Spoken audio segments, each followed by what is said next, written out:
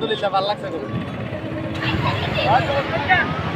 এক পাশে পাহাড় আর আরেক পাশে বিশাল সমুদ্রের গর্জন।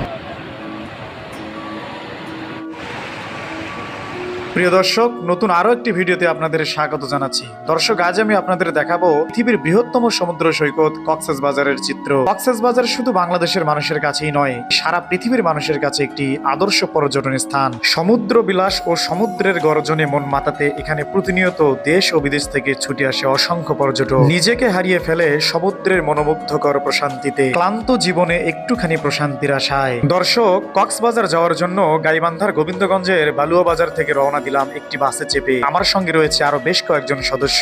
সন্ধ্যা গড়িয়ে যখন রাত্রি নামলো, বাহনের গতিও বৃদ্ধি পেল।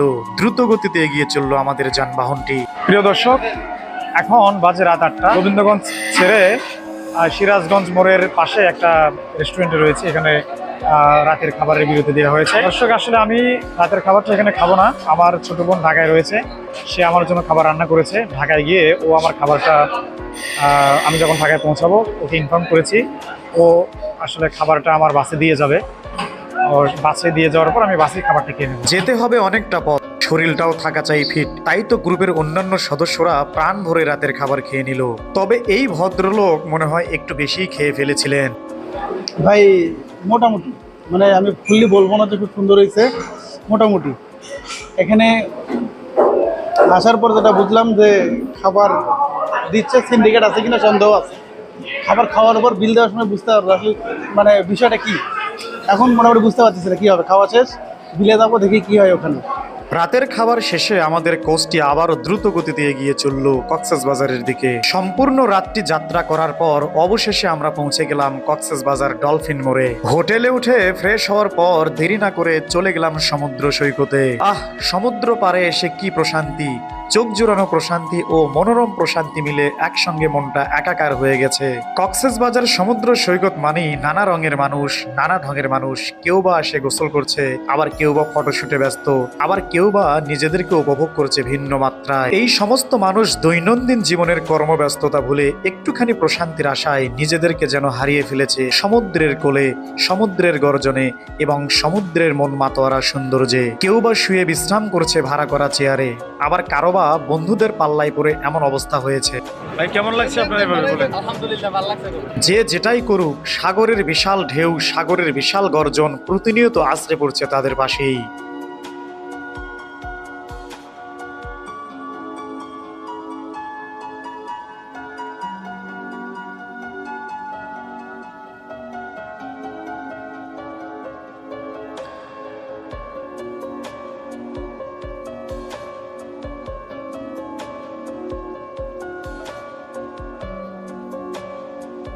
প্রিয় দর্শক, সকালবেলা যখন আমি সমুদ্র সৈকতে এসেছিলাম, তখন এই যে আমার পিছনে দেখতে পাচ্ছেন, এটা সমুদ্র সৈকতের এই যে ওই যে চেয়ারগুলো দেওয়া রয়েছে, তখন এই সমুদ্র সৈকতের পানিগুলো প্রায় ওখানে গিয়ে আছড়ে পড়তো। কিন্তু বিকেলবেলা আসলাম, এখন আমি সন্ধ্যার আগে, এই সমুদ্র সৈকতের চিত্রটা পুরোটাই ভিন্ন।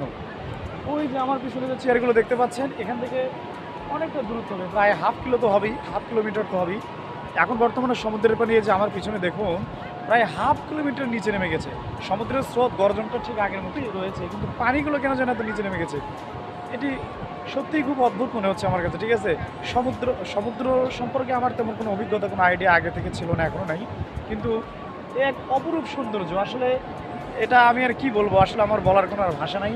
এটা কেন যেন এক ধরনের একটা ভয়ঙ্করতম সুন্দর বলবো না, আসলে আধ্যাত্মিকতম সুন্দর বলবো, আসলে সৃষ্টিকর্তার সৃষ্টি কত না সুন্দর, সুবহানাল্লাহ। প্রিয় দর্শক, গত 2 দিন থেকে আমি এই যে আমার এখানে দেখতে পাচ্ছেন চৌধুরী পার্ক রিসোর্ট, এই হোটেলটাতে ছিলাম। আজকে রাতেও এখানেই ছিলাম। আমরা এখন এখান থেকে বেশ কয়েকজন মিলে একটা চাঁদের গাড়ি ভাড়া করে এখান থেকে হিমছড়ি এবং ইনানি সমুদ্র সৈকতের দিকে যাচ্ছি। ওখানে নাকি আরও বেশ কয়েকটি জায়গা থাকার বাকি আছে। আমরা এখান থেকে ডে টিপে যাচ্ছি, সেখান থেকে একটা গাড়ি ভাড়া করে নিয়ে যাচ্ছি সামনের দিকে। গতকাল সাগরে অনেক লাফালাফি করেছি, পানিতে ডুবেছি, এ কারণেই আমার গলাটা একটু বসে যাওয়ার মতো, একটু সর্দির মতো লাগছে। দেখা যাক কী হয় শেষ পর্যন্ত। সঙ্গেই থাকুন, চেষ্টা করবো আপনাদের সব কিছু তুলে ধরার জন্য। ধন্যবাদ। মেরিন ড্রাইভ কক্সবাজারের মধ্যে সবচেয়ে জনপ্রিয় রাস্তা হচ্ছে এই মেরিন ড্রাইভ। এক পাশে পাহাড় ও এক পাশে সমুদ্র রয়েছে। চাঁদের গাড়িটি ভাড়া করে আমরা এই মেরিন ড্রাইভ ধরে এগিয়ে চললাম ইনানি সমুদ্র সৈকতের দিকে। যাত্রাপথে এই মেরিন ড্রাইভের সৌন্দর্য আপনাকে মুগ্ধ করবেই। প্রিয় দর্শক, বর্তমানে আমি এখন এই মেরিন ড্রাইভ ধরে সামনের দিকে এগোচ্ছি। দর্শক, এই যে দেখুন, এক পাশে পাহাড় আর আরেক পাশে বিশাল সমুদ্রের গর্জন। এক অপরূপ সৌন্দর্য।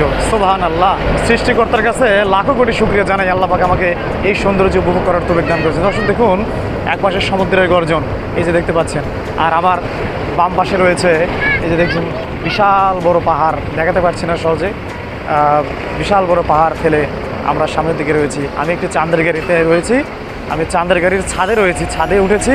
আর আমার নিচে আর অনেক আমার ট্যুর মেম্বাররা রয়েছে, তারা নিচে রয়েছে। মেরিন ড্রাইভের এই সৌন্দর্য উপভোগ করতে করতে চাঁদের গাড়িতে করে আমরা অল্প কিছুক্ষণের মধ্যেই পৌঁছে গেলাম ইনানি সমুদ্র সৈকত। ইনানি সমুদ্র সৈকতটি অতটা জাঁকজমকপূর্ণ না হলেও এর সৌন্দর্য আপনাকেও মুগ্ধ করবে। তো দর্শক, অনেকটা রাস্তা জার্নি করে আসলাম এই চাঁদের গাড়িতে চড়ে মেরিন ড্রাইভ জার্নি করতে করতে অবশেষে এই যে ইনানি সমুদ্র সৈকতে এসে পৌঁছালাম। দর্শক, আমার ট্যুর মেম্বারদের অনেকেই যে এখানে ছবি তোলার জন্য প্রস্তুতি নিচ্ছে, অনেকেই রয়েছে আমার সঙ্গে। এটি চমৎকার একটি সমুদ্র সৈকত, এই মাত্র এসে উপস্থিত হলাম। দর্শক, এটি অত্যন্ত সৌন্দর্যপূর্ণ একটা জায়গা। এখানেও সেই লাবণী পয়েন্ট এবং সুগন্ধা পয়েন্ট এবং কলাতলি পয়েন্টের মতোই এখানে জাঁকজমক একটা উপায় বৈশিষ্ট্য। এখানে যে আমার ট্যুর মেম্বাররা সবাই ছবি তোলার জন্য পিছনে গ্রুপ ছবি উঠবে সবাই, সেজন্য তারা উপস্থিত হয়ে আছে। চেষ্টা করবো দর্শক আপনাদেরকে দেখানোর জন্য, এই পুরো সমুদ্র সৈকতটি ঘুরে ঘুরে দেখানোর জন্য। সঙ্গেই থাকুন। ইনানি পয়েন্টের সৌন্দর্য উপভোগ করার পর আমরা রওনা দিলাম হিমছড়ি পাহাড়ের দিকে। হিমছড়ি ছোট্ট একটি পাহাড়, এই পাহাড়ের চূড়া থেকে নাকি সমুদ্রের ভালো একটা ভিউ পাওয়া যায়, এমনটাই শুনেছি। এই হিমছড়ি পাহাড়ে উঠতে গেলে আপনাকে কিছু খাড়া সিঁড়ি বেয়ে উঠতে হবে। এই সিঁড়ি বেয়ে ওঠা অনেকের জন্য কষ্টসাধ্যকর, তাই তো পথিমধ্যে অনেকেই বসে আবার বিশ্রাম করছেন, কেউ বা আবার সেলফি তুলছেন। পরিচয় হয়ে গেল একজন আন্টির সঙ্গে। আমরা কাহালু থানার কাহালু বগুড়া জেলার হচ্ছে মিয়া এগুলো থানার, আর কাহালু থানার শ্বশুর বাড়ি থানার সাথেই বাড়ি আমার। প্রিয় দর্শক, আমি এখন এই হিমছড়ি পাহাড়ের উপরে রয়েছি। এখানে অনেক, আপনারা তো দেখুন দেখলেন, অনেকটা ঢালু সিঁড়ি, অনেকটা লম্বা একদম খাড়া সিঁড়ি পেরিয়ে এখানে উঠলাম। আসলে যেমনটা শুনেছিলাম, এই পাহাড়ের উপর থেকে সমুদ্রের ভিউটা নাকি অনেক সুন্দর দেখা যায়, খুব ভালো ভিউ পাওয়া যায়। আসলে বিষয়টা এমনটা মোটেও না। এখানে উঠে অনেকটা হতাশ হলাম। এখানে আসলে তেমন কিছুই নেই, আমি মোটামুটি হতাশ হলাম। শুধু আমি না, এখানে অনেকেই রয়েছে, যে দেখুন আমার পিছনে অনেকেই রয়েছে, আমার গ্রুপ মেম্বাররাও রয়েছে এবং আরও অনেকেই রয়েছে, তারা সবাই হতাশ হয়েছে। তবে আশার কথা হচ্ছে কি, এই যে আমার পিছনে আপনারা দেখতে পাচ্ছেন একটা নতুন ওয়াচ টাওয়ার নির্মিত হচ্ছে। এই ওয়াচ টাওয়ারটি যখন নির্মিত হবে, হয়তোবা তখন এখান থেকে একটা ভালো ভিউ পাওয়া যাবে। আপনারা সবাই সাবধান হয়ে যাবেন। আসলে অনেক কিছু চিন্তা ভাবনা করে এখানে উঠবেন। এখানে 40 টাকা টিকিট করতে হয় এবং অনেকটা খাড়া সিঁড়ি বেয়ে উঠতে হয়, তেমন কিছু পাওয়া যায় না। আসলে এখানে ওঠাটা এক ধরনের বৃথাই হয়ে গেল। ভাই, কেমন লাগছে আপনার এখানে এসে বলেন? ভাই আমি খুব হতাশ ভাই। এত দূর রাস্তা উঁচুতে উঠলাম ভাই ঝর্ণার জন্য, কিন্তু ঝর্ণা নাই, উল্টো আমি ঝর্ণা হয়ে গেছে ভাই। দেখেন পুরো শরীর আমার ভিজে গেছে ঘামে। সমুদ্রের ভিউ কেমন দেখলেন ভাই? এখান থেকে সমুদ্র খুলে কালো দেখা যাচ্ছে ভাই, আর কিচ্ছু নাই। আমি অনেক ক্লান্ত ভাই, আমাকে আর প্রশ্ন করে বিরক্ত করেন না ভাই, ধন্যবাদ। তবে দর্শক, কক্সবাজার সমুদ্র সৈকতের সবচেয়ে বড় সমস্যা হচ্ছে এখানকার থাকার হোটেল। এখানে বড় বড় হোটেল ব্যবসায়ীরা সিন্ডিকেটের মাধ্যমে পর্যটকদের গলা কেটে থাকে। সরকার এর বিরুদ্ধে খুব তাড়াতাড়ি পদক্ষেপ নেবে, এমনটাই প্রত্যাশা করি। এতক্ষণ সঙ্গে থাকার জন্য আপনাদের সবাইকে ধন্যবাদ।